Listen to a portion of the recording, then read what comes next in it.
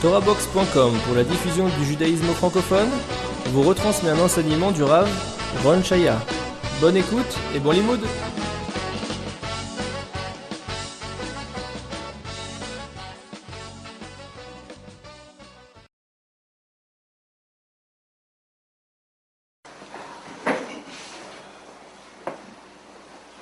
Et Sarah Yaakov ou Mena Ibasher. C'est marqué une époque de malheur pour Yaakov, mais il en sera sauvé. Et à la fin des temps, il y aura des malheurs pour le peuple d'Israël, grâce à les phases d'enfantement du Messie. Et à la fin, les Israël seront sauvés. La question c'est combien de temps vont durer ces souffrances? Que 2000 ans qu'on souffre. Et depuis quelques jours, Israël subit des attaques terribles de Katyusha, de missiles iraniens. Et là, c'est beaucoup de morts dans l'âme Israël. Alors, on m'a demandé de parler, parce que les gens croient que j'ai la science infuse, que je suis prophète ou fils de prophète. Alors, je dis tout de suite, je suis ni prophète, ni fils de prophète. Peut-être mes ancêtres, Abraham, Isaac, Yaakov, mais pas beaucoup plus. Et je n'ai pas la science infuse, donc j'ai rien à dire. Il serait tout à fait inadéquat de profiter de maintenant que ça va mal, de dire « Ah, tu vois maintenant, regarde, c'est marqué, et c'est marqué, et c'est marqué, et c'est marqué. » Il est vrai que nous avons une mitzvah, chaque juif a une mitzvah, ça fait partie des 13 articles de foi de Maïmonide, de croire et d'attendre la venue du Messie. On peut l'attendre un peu, on peut l'attendre beaucoup. La mitzvah, c'est d'attendre beaucoup. Alors, quand on attend quelqu'un avec impatience, chaque éternuement qu'on voit, chaque petit détail qu'on voit dans l'actualité nous fait dire « ça y est, c'est bon ». Alors moi je dis toujours quand il y a des choses pareilles qui se passent, ça y est. Mashiach nous demandait sincèrement à moi, maximum 1 mois, 6 mois, tout casser 1 an, il est là. Preuve en est qu'il y a des ketouchotes qui tombent sur la terre d'Israël. Le rapport, il y a peut-être un rapport. Ma femme, avec beaucoup d'intelligence, ça fait 20 ans que je dis ça, je suis plus crédible. Elle a raison. Donc ne me croyez pas. Je suis absolument convaincu que Mashiach arrive demain, mais ça fait 20 ans, comme n'importe quel bon juif, que je suis convaincu que Mashiach arrive demain. Rien n'a changé entre hier et aujourd'hui. Si ce n'est que oui, lorsqu'on voit des signes où ça va mal pour Am Israël. Alors on espère que ça va aller mieux bientôt et que c'est encore un degré qui nous rapproche de l'époque messianique. Une chose est certaine, c'est qu'aujourd'hui on est plus près qu'hier.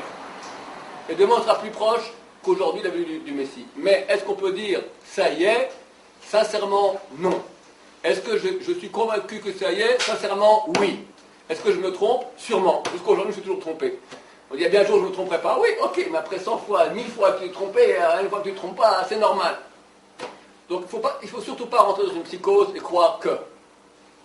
Est-ce qu'il faut quitter la terre d'Israël? Absolument pas. Absolument pas.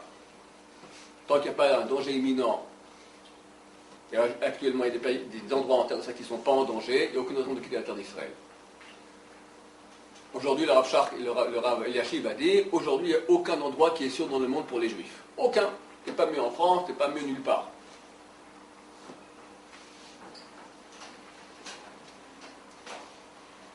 En grosse ligne, on peut dire qu'il est vrai. Il y a une chose qui change dans les dernières années par rapport au reste de l'histoire de 2000 ans. On a ici Parashat Chayei Sarah. À la fin de Chayei Sarah, on nous raconte la mort de Ishmaël. Ishmaël, le fils d'Abraham. Il est marqué qu'il a vécu 137 ans. Il est mort. Ces peuplades, les peuplades, donc les descendants de Ishmaël, ont demeuré depuis Chavila, c'est un endroit, jusqu'à Chour, en face de l'Égypte, en venant à Achour, à Pnei Kol Echad Nafal, en face de ses frères, il s'est étendu. Il s'est étendu, ça veut dire, Rashi explique, il a campé, il a étendu ses tentes. Ça, c'est le sens simple. On a, dans les écrits de la Torah, toujours différents niveaux d'explication. Il y a le sens simple, et il y a ce qu'on appelle le drash. Le drash, c'est plus profond, plus allégorique. Le mot nafal, s'étendre, comme en français. S'étendre, ça veut dire j'étends mes tentes, ou je m'étends par terre. Boum, mort. Le Baal HaTurim, un des grands rabbins du Moyen-Âge, très grand, qui a son commentaire sur n'importe quelle page ici de Chumash, dit, le verset que nous voyons après, c'est le début de Parashat Toldot, voici les engendrements de Yitzhak, fils d'Abraham. Abraham a engendré Yitzhak. Pourquoi est-ce qu'on nous raconte que Ishmaël s'étend, et juste après que voici les engendrements de Yitzhak, fils d'Abraham, pour nous dire, lorsqu'à la fin des temps, comme ça dit le Baal HaTurim sur place, dit au Moyen-Âge, lorsqu'à la fin des temps s'étendra Ishmaël, alors viendra le Messie, le Mashiach, qui est l'engendrement de Yitzhak ben Abraham. Là, on apprend, le jour où tu vois qu'Ishmaël qui tombe, Mashiach arrive. Mais pour tomber, il faut qu'il monte d'abord. Yaakov Shimoni dit déjà, Yaakov Shimoni, ça date du 6e siècle de l'ère chrétienne, que le Mashiach, il pousse sur Ishmaël. Ishmaël, il est là pour amener le Mashiach. Ishmaël, il est là pour nous faire tchouva. Comme dit Pirkei Rabbi Eliezer, c'était écrit il y a 2000 ans, pourquoi s'appelle-t-il Ishmaël? Ishmaël signifie Dieu écoutera. Qu'à la fin des temps, Ishmaël vont faire du mal au peuple d'Israël. Le peuple d'Israël va crier vers Dieu, Dieu sauve-nous. Et Ishmaël, et Dieu écoutera, et nous sauvera. Le but d'Ishmaël, c'est qu'on fasse tchouva. Donc lorsque nous voyons que dans une force, il y a une force qui monte dans le monde, c'est Ishmaël, effectivement, pour nous, ça veut dire, attention, nous sommes ici à l'époque dernière, qui, je répète, peut durer une semaine, peut durer 10 jours, peut durer 10 mois, peut durer 10 ans, peut durer 10 fois 10 ans. Je ne suis pas, ni prophète, ni fils de prophète. J'attends, oui. Je suis convaincu pour bientôt, oui. Je me trompe toujours, oui. Pas me prendre au sérieux. En grosse ligne, quand tu vois que dans le monde Ishmaël monte, ça correspond aux écrits qui datent d'il y a plusieurs fois millénaires, qu'à la fin il y a Ishmaël, et quand il tombe, Mashiach il vient.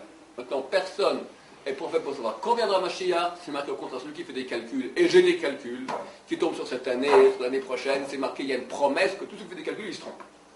Donc voyons, on n'est pas plus avancé. D'accord. Chaque année, on a fait des calculs fantastiques, qu'on va, cette année, c'est pour de bon, et chaque année, on se fait avoir. Mes anciens élèves me disent, vous n'êtes plus crédible. Ils ont raison. Je ne suis pas crédible. Il ne faut pas me prendre au sérieux. Le petit plus que je pourrais dire, un truc sympa que je viens d'y penser il y a quelques minutes, c'est que on a la paracha de la semaine passée. C'est quand même aussi intéressant de voir que la semaine où a commencé cette grande guerre contre le Hezbollah, Hezbollah en français, je le dis en hébreu, Hezbollah, en arabe, Hezbollah, d'accord, c'est son vrai nom, c'est la paracha, on venait de lire la paracha de Balak. Balak, le prophète